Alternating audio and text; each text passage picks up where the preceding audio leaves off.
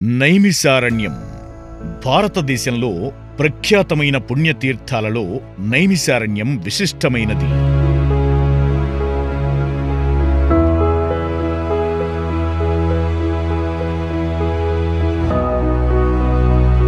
మన దేశంలో ఉన్న 108 వైష్ణవ దివ్యదేశాల్లో నైమిసారణ్యం ఒకటి.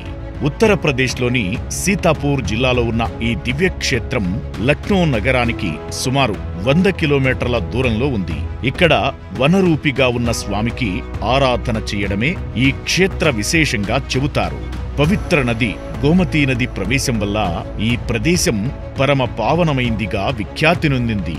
నిరంతరం యజ్ఞాల వల్ల ఈ ప్రాంతం యజ్ఞభూమిగా ప్రశస్తిని వహించింది.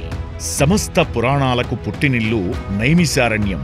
గోమతి నది ఒడ్డున ఉన్న నైమిసారణ్యం పురాణాలకు పుట్టినిల్లుగా వేలాది మంది మునులు తపమాచరించిన పుణ్య ప్రదేశంగా నీరాజనాలు అందుకుంటోంది.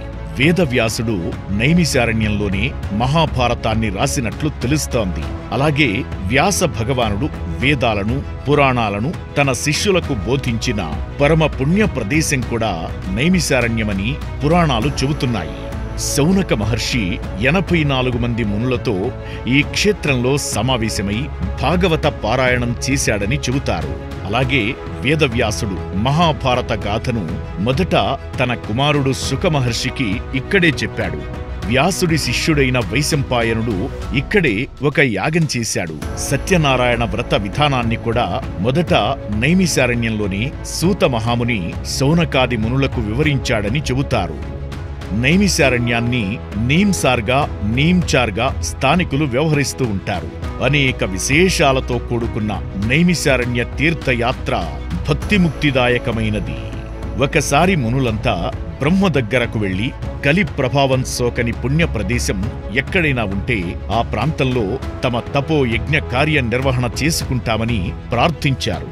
బ్రహ్మ కలియుగంలో సత్పురుషులను దృష్టిలో ఉంచుకుని ఒక చక్రాన్ని సృష్టించి అది ఎక్కడ ఆగుతుందో అక్కడ మీరు వసించండని మహర్షులతో చెప్పాడు. ఆ తరువాత ఆ చక్రం అన్ని లోకాలు తిరిగి చివరకు నైమిసారణ్య ప్రాంతంలో ఆగింది. చక్రం యొక్క నిమి అంటే అంచు తాకిన భూప్రదేశం నైమిసంగా పిలువబడింది. చక్రం స్పృశించిన ప్రాంతం అరణ్యంగా ఉంది కనుక నైమిసారణ్యం అనే పేరు వచ్చింది. చక్రం ఆగిన ప్రదేశంలో భూమిని చీల్చుకుని చక్రం దిగింది కనుక అక్కడ ఒక గుండం ఏర్పడింది. భూమి నుంచి పవిత్ర జలధారలు పెల్లుబికాయి. దీనివలన చక్రతీర్థం ఏర్పడింది. తీర్థాన తీర్థముత్తమం క్షేత్రాన క్షేత్రముత్తమమని నైమిసారణ్యం ప్రసిద్ధి పొందింది. నైమిసారణ్యంలో బ్రహ్మర్షి పితామహ పత్రిజీ దివ్య మార్గదర్శకత్వంలో 2025వ సంవత్సరం మార్చి 15, 16 మరియు 17 తేదీలలో ఉత్తరప్రదేశ్లో పిఎంసి ట్రస్ట్ ఆధ్వర్యంలో అత్యంత ప్రతిష్టాత్మకంగా నిర్వహించనున్న 9వ బ్రాండ్ అంబాసిడర్స్ సమావేశానికి అందరికీ ఆత్మీయ ఆహ్వానం.